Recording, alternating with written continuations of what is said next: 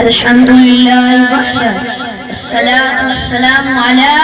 من لا نبي بعده أما بعد فأعوذ بالله من الشيطان الرجيم بسم الله الرحمن الرحيم قد جاءكم من الله نور وكتاب مبين صدق الله العظيم الصلاة والسلام عليك يا سيدي يا رسول الله الصلاة والسلام عليك يا سيدي يا حبيب الله وعلى آلك وأصحابك يا سيدي يا نور الله حمد و صلاة کے بعد برادران اسلام عاشقان رسول میرے محبوب کے چمکتے ہوئے دیوانوں بالخصوص علماء عزیز وقار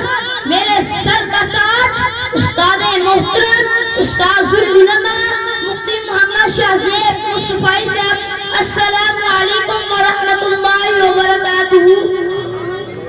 ایک وسیلے کا اظہار ہوتا ہے میرے استاد محترم کو اللہ سلامت رکھے، اس وقت ہماری ممبر کی دنیا کے نامور خطیب ہیں، ان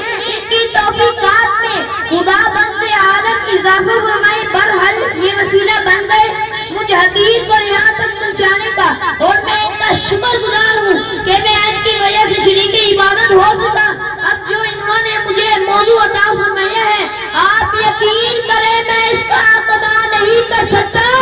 اس لیے جہاں سے ہماری تحقیق ختم ہوتی ہے وہاں سے اس نبی کا کمال شروع ہوتا ہے۔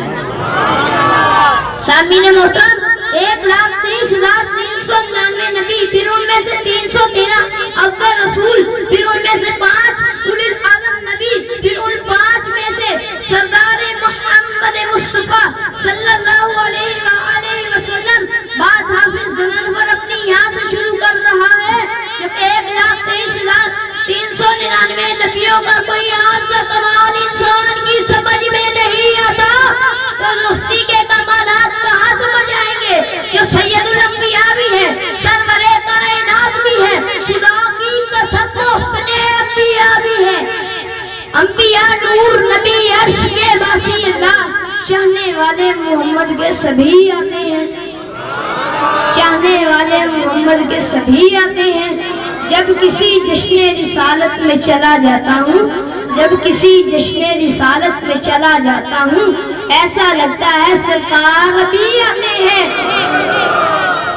سامعین محترم جو شخص الگ کسی راجدھانی میں کسی ایک متنفذ رشگردی کے بغیر پوری کائنات کو ساتھ چلائے اسے نبیستان ادب کے قائد میں محمد کہتے ہیں، جو اپنی کمشور قوم کی ذہنی سطح پر قدم رکھ کر بات کرے اور اس کی بات اذان بن کر پوری کائنات میں گونجے، اسے نظر آتے اسلام کے نصاب میں محمد کہتے ہیں۔ محمد اس رحمت کل کا نام ہے جو کڑے پانی کے چشمے کے منہ پہ تھوک دے تو وہ پانی پینے والے کا منہ میٹھا کر دے، اس کے ہاتھوں کی نرمی محسوس کر کے پتھر بولنے لگ جائے، وہ ایجاد حق میں چلا گیا، وہ ایجاد حق میں چلا گیا۔ برحال غلام کمال ہی یہ جو دو جہاں کا نور ہے، کشفت شجاع جمال ہی یہ جو کبریا کا کلام ہے، حسنت جمیع کے صالح ہی یہ جو قصہ تلے ہے پیدن، صلو علیہ وآلہ۔ خالق نے اپنے حبیب محمد احمد محمود کو اپنی پہچان کے لیے بنایا، ان پہ دل تھا دل والا بنایا، ان پہ زبان تھا زبان والا بنایا، ان پہ جسم تھا جسم والا بنایا، اتنا حسین بنایا اتنا حسین بنایا، بنانے کے بعد خود بھی دل دے بیٹھا، بننے والے کو بنانے والے کی نگاہی بے نگاہی ہی کی گرمی محسوس ہوئی،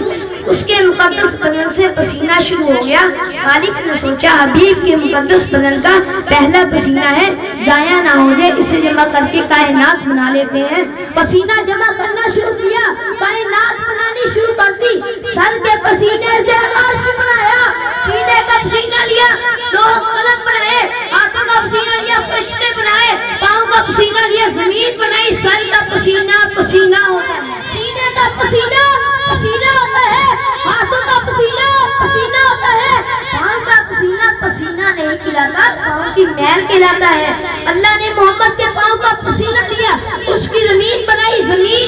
وہ مصدر ہے جس کے سینے سے اناج نکلتے ہیں، پوری کائنات کھاتی ہے، تجھے شرم نہیں آئی صدیوں سے محمد کے پاؤں کی مہر کھاتا ہے۔ پھر کہتے ہیں نبی میرے جیسا